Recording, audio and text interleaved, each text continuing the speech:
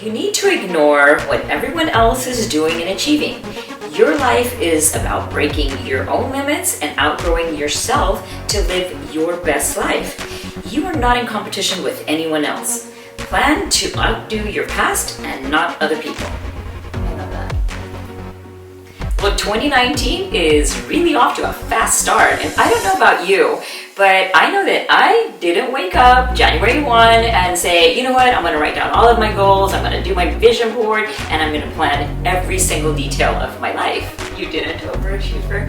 Some of us need a lazy day in our PJs, binge watching our favorite show, just to, relax and get our new year started right.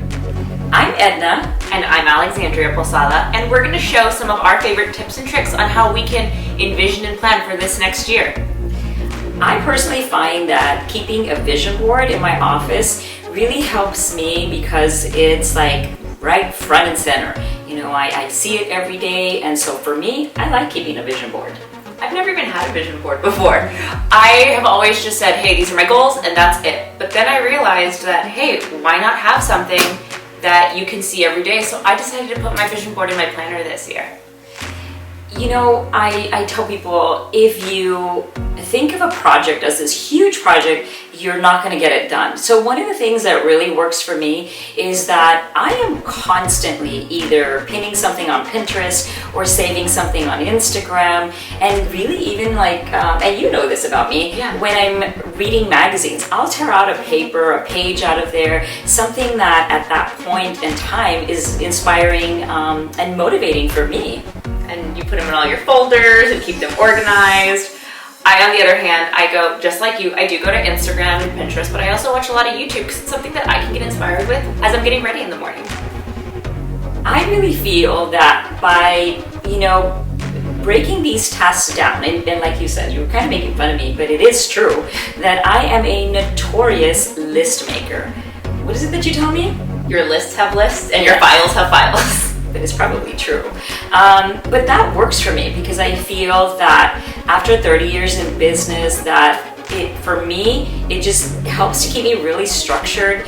And so one of the things that I have incorporated, I even have picked this little pink notepad because yellow to me is so boring and corporate, and that to me inspires me. But so I write my notes, on my list, and then I'll transfer them over. I have this cool little app called Anydo, and I'm going to show it to you in a little bit. But for me, I really like it because it keeps reminding me on the phone, and honestly, it annoys me. It's like, come on, Edna, get it done. Because if not, it just doesn't go away and it keeps reminding me. So that for me works. That's awesome. I wish I was as techie as she is, but anybody that knows me knows that I am the least techie person in the world. So what I decided to do, it's something so simple, but honestly, a planner is everything to me. And when I'm trying to figure out my visions and my goals, something that I feel that happens, at least to me, quite frequently, is that I get overwhelmed. And how am I going to reach these goals? And oh my gosh, I don't have time. I don't know how I'm going to do this. I realize, okay, take a step back and break it down. Make them into manageable mini goals that you can check with yourself along the way to say, okay, I saved up this much money, or I want to go on this trip. How do I make that happen? Versus saying, I want to go on a trip. It's so much money. I don't know how I'm going to do this. Okay, break it down, make it easy, and then hold yourself accountable for it along the way.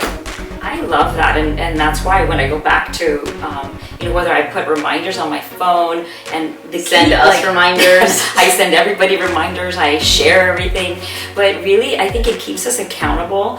And, even though I was talking about how Anydo or in any kind of app that really gives you that deadline and that reminder, I think that one of the things that I really like about that is it forces me at that point to decide, okay, is that still the most important thing that I need to do today? Or you know what, because this other thing happened, can I move it down? And that way then it helps me to not feel like a failure and I'm still staying on track.